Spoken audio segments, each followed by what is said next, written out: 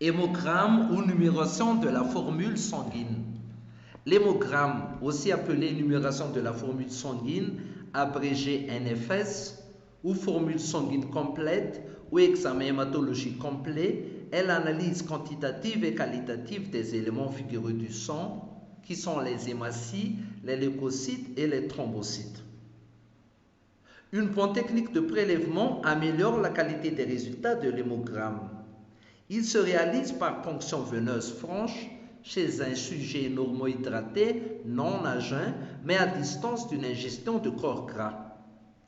En revanche, il doit être au repos car l'effort physique intense peut provoquer des hyperleucocytoses.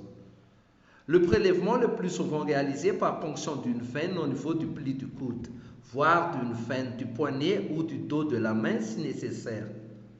Dans certaines situations où les anticoagulants présents dans les tubes de prélèvement entraînent des interférences préanalytiques, il peut être nécessaire de recourir à un prélèvement de sang capillaire, réalisé le plus souvent au niveau de la pulpe d'un doigt du patient. Ce prélèvement se réalise sur tube contenant une substance anticoagulante, solution de DTA ou contenant l'acide éthylène-diamine tétraacétique K2 ou K3 à bouchon violet. Si le DTA est à l'origine d'interférences préanalytiques avec des agglutinates de plaquettes, un tube citraté ou citrate théophyline adénosine dipyridamole, abrégé CTAD, à bouchon bleu peut permettre de s'affranchir de certains artefacts. Si l'on opère des prélèvements multiples, les prélèvements destinés aux analyses hématologiques, hémogrammes et coagulation doivent être réalisés en premier. Les prélèvements ne doivent pas être réalisés dans une veine perfusée ou à partir d'une ligne de perfusion, car il est à risque de dilution du sang par le produit de perfusion. Si un hémogramme est réalisé sur cathéter, une purge de la ligne de perfusion doit être préalablement réalisée. Les échantillons pour la réalisation d'un hémogramme doivent être conservés à température ambiante. Les recommandations internationales sont de réaliser les analyses automatisées dans les 6 heures suivant le prélèvement. Passé ce délai, les paramètres mesurés peuvent être modifiés. Les résultats de l'hémogramme varient physiologiquement en fonction du sexe, de l'âge, de la grossesse et de l'ethnie. Premièrement, étude quantitative. Seul le nombre de globules rouges, le nombre de globules blancs, le taux d'hémoglobine et l'hématocrite sont mesurés à l'hémogramme. Les autres valeurs ne sont que déduites. Pour l'hémoglobine, chez l'homme, il devrait être à 13 à 17 grammes par décilitre. Chez la femme, de 12 à 16 grammes par décilitre et chez le nouveau-né, de 13,5 à 20 grammes par décilitre. Une anémie se définit par un taux d'hémoglobine inférieur à la norme. Son expression clinique dépend moins de la valeur d'hémoglobine que de sa rapidité d'installation. L'on peut parfaitement tolérer des taux de 7 g d'hémoglobine par 100 ml pour autant que les pertes soient chroniques. Il existe différentes formes d'anémie. Une polyglobulie est définie par un taux d'hémoglobine supranormal et est diagnostiquée lorsque le taux d'hémoglobine est supérieur à 18 g par décilitre pour les hommes et 17 g par décilitre pour les femmes. Érythrocytes. Pour l'homme, c'est de 4,5 à 6 téra par litre.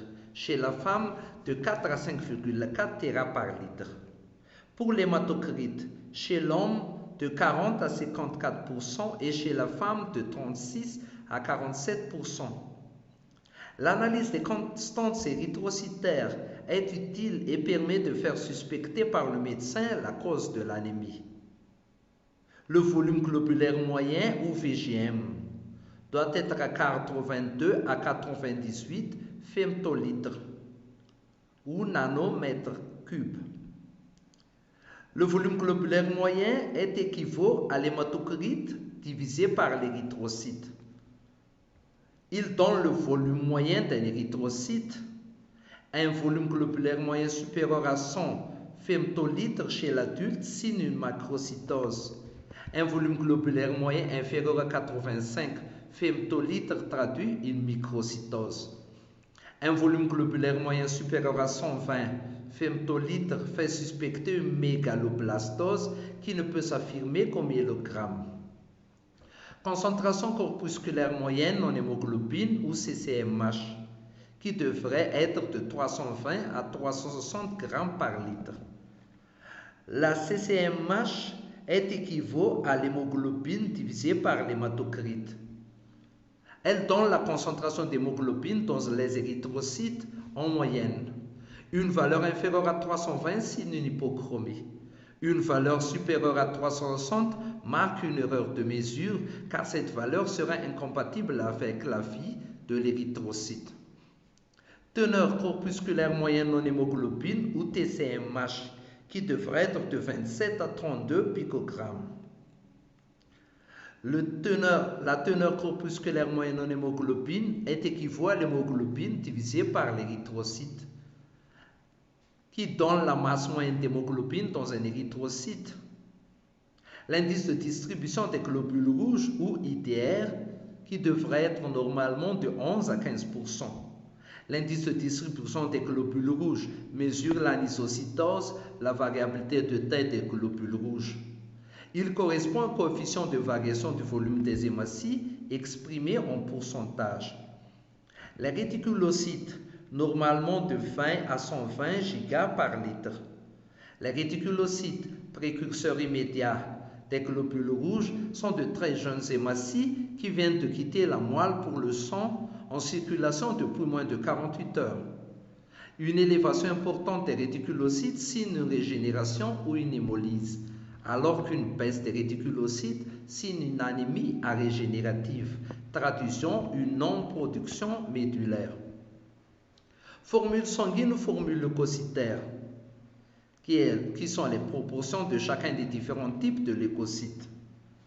Pour les granulocytes neutrophiles, 45 à 70%, soit 1700 à 7500 nanolitres, soit 1,7 à 7,5 giga par litre.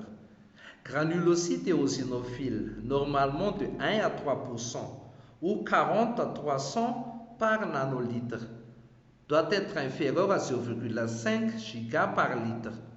Granulocytes basophiles, normalement de 0,5%, inférieur à 50 par nanolitre, doit donc être inférieur à 0,2 giga par litre. Les lymphocytes de 20 à 40%, 1000 à 4000 par nanolitre, soit 1 à 4 giga par litre. Les monocytes de 3 à 7%, 200 à 1000 par nanolitre, soit 0,2 à 1 giga par litre. La numération des plaquettes. Les plaquettes normalement doivent être de 150 000 à 400 000 par nanolitre, soit 150 à 400 giga par litre. Le volume moyen plaquettaire ou VMP doit être de 70 à 720 femtolitres. Deuxièmement, étude qualitative. Le frottis sanguin permet de dépister des anomalies de forme des érythrocytes. On dépiste ainsi les sphérocytoses, les schizocytoses, la présence de rouleaux, les réticulocytes, etc. Mais des anomalies de forme aussi des leucocytes. On dépiste ainsi l'anomalie de Pelletier-Rouet, les virocytes, etc. Des anomalies de forme des thrombocytes, on observe ainsi les variations de l'aspect des thrombocytes, etc. Le frottis sanguin permet aussi de découvrir des parasites sanguins, en particulier les divers plasmodiums, agents du paludisme ou Borrelia recurrens. Les variations de coloration de l'hématie. Les hématies normales examinées après coloration usuelle ont un aspect rosé prononcé et un aspect pâle de l'hématie est noté en cas de défaut de synthèse de l'hémoglobine ou hypochromie, ainsi que les inclusions intra-érythrocytaires permettent aussi un dépistage fiable.